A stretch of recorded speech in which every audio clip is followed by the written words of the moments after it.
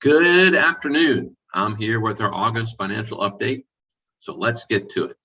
Let me share with you the report that we share with our church leadership and look at some of the ways we are being in ministry together through the month of August.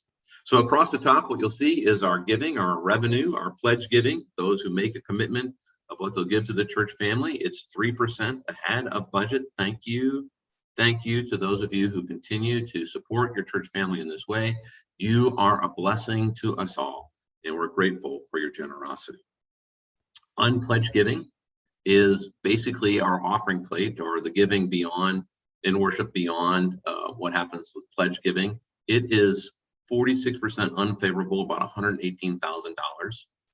One of the interesting things is we set this budget back at the end of last year, and we were hoping at this point to be farther along, away from or out of or beyond the pandemic. And as you know, we are not yet done. There are still safety concerns, and it's particularly relevant to those who have children who are concerned about that, and that's affecting presence, and presence in worship affects unpledged giving. And so we're about $118,000 behind.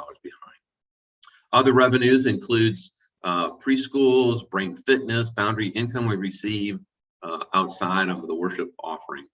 And it's slightly behind, but it's ahead of last year. In fact, what I'd want you to see is that our total revenue, $2,798,000 is more than the total revenue received at this point last year. So we're behind in revenue of what we budgeted. Again, budgeting, think we'd be farther along by $172,000, but we're ahead by $91,000 of what was received in revenue last year at this point. Now, underneath that, you'll see our expenses: gracious hosts, passionate seekers, vibrant family, Christ-like servants. These are our ministry areas, or buckets, or pillars, or pods, however you want to call them, groupings of ministries. And you'll see that they are underspending their budget, with the exception of the vibrant family bucket of ministries. And they have overspent their budget by $14,000, or about 1.3% of their budget to date. And that has primarily to do with online worship. You know, right now, not only do a large number of our own family worship online with us out of safety concerns, actually it's almost 2 to 1, over 400 worshiping with online to 200 and 250 in person. But also, folks, when they visit churches these days, go and worship online for several weeks or several months before they come in person. And so online worship is going to be here for a while, at least, probably here to stay, I would guess. And so that has skewed that a little bit, but overall, our expenses and ministries is under budget by $37,000 and change, or about 2%. I also want you to note right there that that is less than we spent last year at this point by $88,000. So we're spending under budget in ministry and $88,000 less than we did at this point last year. Now, labor and administration, you can figure that out, how we carry out all these underneath all these ministries, and we staff them and so forth. We're about zero. We've broken about zero in terms of our budget. You'll see that other expenses. And again, that figure, $1,460,000, is about $49,000 less than was spent last year at this date. And that's important because we're behind in revenue. We're also spending less. So you come to the bottom, the very net total bottom, and what you'll see is in the second category, we expected to be behind budget by $261,000 because of the way church giving ebbs and flows throughout the year. And we are actually about $393,000 behind, or about $131,000 behind where we thought we would be. That's about 4% of our $3.2 million budget.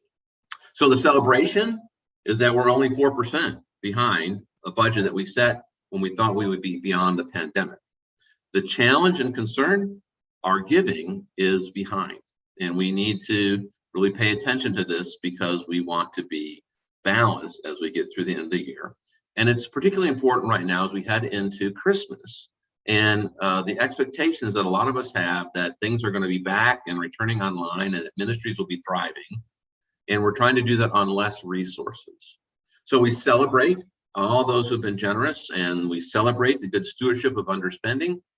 And we also pray and are concerned about the fact that we have some challenges ahead for us. And so I invite you this morning, please, to be in prayer, to keep your church family in your prayers, and ask that God would lead us and bring clarity about what he's calling us to do. We have less resources, meaning we cannot offer the same level of ministry. What are our priorities? What will we do? What is God calling us to do? Second, prayerfully consider being involved. Honestly, the biggest challenge right now at church is volunteers. We have ministries that want to get started. We have ministries and dreams we feel God is calling us to, but we are lacking people to help us carry that out. And we understand some of that. We understand that not everyone feels safe yet. Not everyone is safe yet. We understand that that it's difficult for some to be present other than online. But there are others of us who have just gotten comfortable and haven't got back in the habit and rhythm of being present. So if you'll pray about being back and being a part of the ministry here. And third, if you would, pray about perhaps an extra gift to your church family. Over my time away, I really was reminded of my need for the church. I don't need extra meetings, and I don't need extra fluff and things to waste my time, but this is what I do need. I do need connection. And I do need relationships that are authentic. And I do need folks that will help me live into the image of Christ, folks that will help me rough off those edges as I seek to become like Christ. And so I need you and the church family for my own self. It's good for me to be involved, for other folks to help serve others and to give, but I need it for my own spiritual growth as part of my fundamental understanding of what it is to be a disciple. And so I'm going to give my prayers and my presence, my gifts, my service, and my witness. How about you? I'll see you in church on Sunday.